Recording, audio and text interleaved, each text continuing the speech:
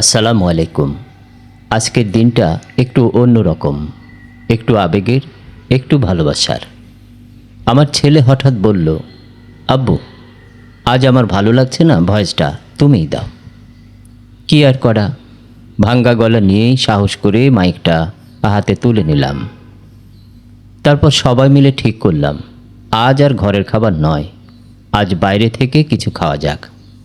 ছোট্ট একটা সিদ্ধান্ত, কিন্তু আমাদের জন্যে অনেক বড় একটা আনন্দ। আমার ছেলে ওর মার কাছ থেকে টাকা নিয়ে বের হয়ে গেল কাচ্চি বিরিয়ানি দোকানের দিকে। প্রতি প্লেট 130 টাকা।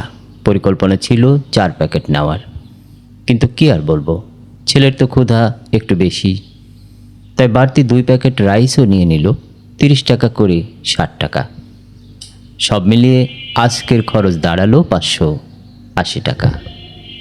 সত্যি বলতে আমাদের মতো নিম্ন মধ্যবিত্ত পরিবারের জন্যে এমন দিন প্রতিদিন আসে না। তবুও আলহামদুলিল্লাহ, পরিবারের হাসিটাই সবচেয়ে বড় পাওয়া। মাঝে মধ্যে মনে হয়, যদি আজ আমার আব্বা আম্মা মানে আমার ছেলের দাদা দাদি বেঁচে থাকতেন, তাহলে এই ছোট ছোট আনন্দগুলো তাদের সাথে ভাগাভাগি করতে পারতাম। আপনারা দয়া করে তাদের জন্যে দোয়া করবেন।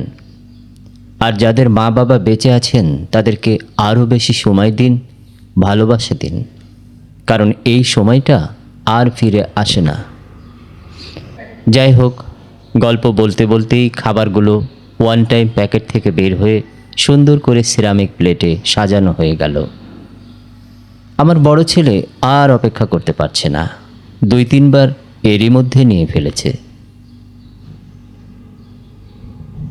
শেষে আমার ছোট ছেলে আমার হাত থেকে মোবাইলটা নিয়ে বলল, আব্বু, তোমার ভিডিও ঠিক হচ্ছে না, আমাকে দাও।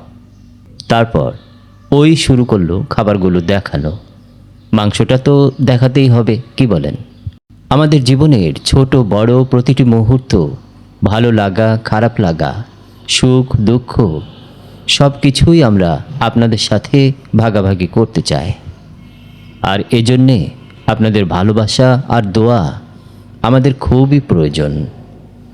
দয়া করে চ্যানেলটি সাবস্ক্রাইব করুন, আমাদের পাশে থাকুন।